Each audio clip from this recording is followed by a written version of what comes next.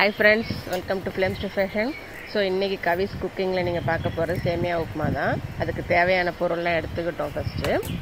அடுத்து ஒரு வாணல்ல எண்ணெய் விட்டு கடுகு, கருவேப்பிலை போட்டு முதல்ல தாளிச்சுக்கலாம். இன்னைக்கு நான் சேமியா உப்புமா 2 பேர் சாப்பிடுற அளவுக்கு ஒரு பாக்கெட் அளவுக்கு தான் செய்றேன். சோ அத தான் இன்னைக்கு பார்க்க போறோம். எண்ணெய் நல்லா காஞ்சிட்டு இருக்குது. எண்ணெய் காஞ்சதும் ஒரு ஸ்பூன் கடுகு போட்டுக்கலாம். அடுத்து கருவேப்பிலை, அடுத்து தட்டி வச்சிருக்க இஞ்சி தட்டி போடுறதா வாயில மாட்டாது, அதனால நல்லா தட்டி வச்சுக்கோங்க. அடுத்து பச்சை மிளகாய், இஞ்சி நல்லா போட்டு வதக்கிட்டு அடுத்து பச்சை மிளகாய் போட்டு வதக்கிடலாம். அடுத்து கொஞ்சோண்டு கடலைப்பருப்பு, ஒரு 1/2 ஸ்பூன் அளவுக்கு கடலைப்பருப்பு. அடுத்து 2 பெரிய வெங்காயம் போட்டு வதக்கலாம். இதில் நீங்கள் காய்கறி சேர்க்கறதுனால பீன்ஸு, கேரட்டு, பட்டாணி அதை சேர்க்கறதுனால நீங்கள் சேர்க்கலாம். தேவையான அளவு உப்புமாவுக்கு தேவையான அளவு உப்பு போட்டுக்கோங்க. சேமியா உப்புமா தானே, இது என்ன செய்ய தெரியாதா? ஃபஸ்ட்டு எனக்கே சுத்தமாக செய்ய தெரியாதுங்க. 2-3 தடவை நானே எக்ஸ்பெரிமெண்ட் பண்ணி தான் இப்போ இந்த அளவுக்கு செய்ய நானே கற்றுக்கிட்டேன்.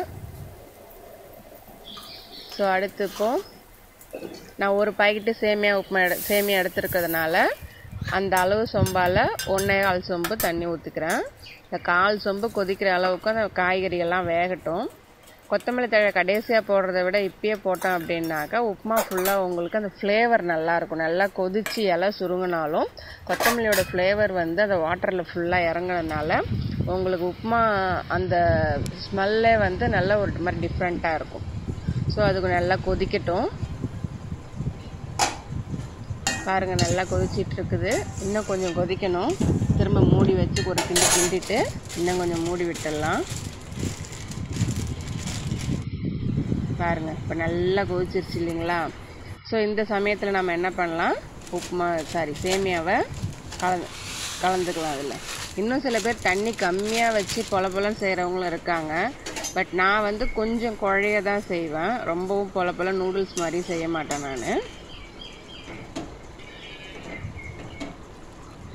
ஸோ அதனால் தண்ணி லிமிட்டாக கொதிச்ச வரைக்கும் போதும் அப்படின்ட்டு நான் சேமியாவை உள்ளே சேர்த்துட்டு மூடி வச்சு சிம்மில் வச்சுருங்க. ஏன்னா ஃபஸ்ட் டைம் நான் உப்புமா கிண்டும் போது நான் மாட்டுக்கும் பர்னர் அதிகமாக வச்சுட்டு திறந்து பார்த்தாக்கா ஃபுல்லாக அடி பிடிச்சிருச்சு. ஸோ சிம்மில் வச்சுட்டு கொஞ்சம் கொஞ்சமாக நம்ம கலந்து விட்டுட்டு கிண்டிக்கிட்டே இருந்தோம் அப்படின்னாக்கா அடி பிடிக்காது.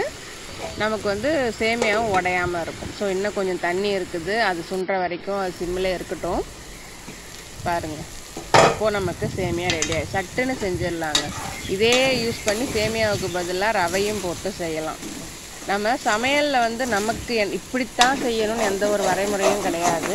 பட் நமக்கு என்ன வசதியாக இருக்குதோ, என்ன போடணும்னு தோணுதோ, எப்படி நமக்கு செய்யணும்னு தோணுதோ நாம் செஞ்சு சாப்பிட்லாம். ஆனால் சில பேர் வந்து ஸ்ட்ரிக்டாக இப்படித்தான் இருக்கணுன்ற மாதிரி சொல்லுவாங்க. எனக்கு அது இஷ்டமே கிடையாது. உங்களுக்கு என்ன விருப்பம் இருக்கோ தாராளமாக நீங்கள் போட்டு செய்யலாங்க. அதில் எந்த ப்ராப்ளமும் கிடையாது. சேமியா உப்புமா ரெடி. ஓகேங்களா? என்னோடய சமையல் எப்படி இருந்துன்னு எனக்கு கமெண்ட் பண்ணுங்கள். தேங்க்ஸ் ஃபார் வாட்சிங்.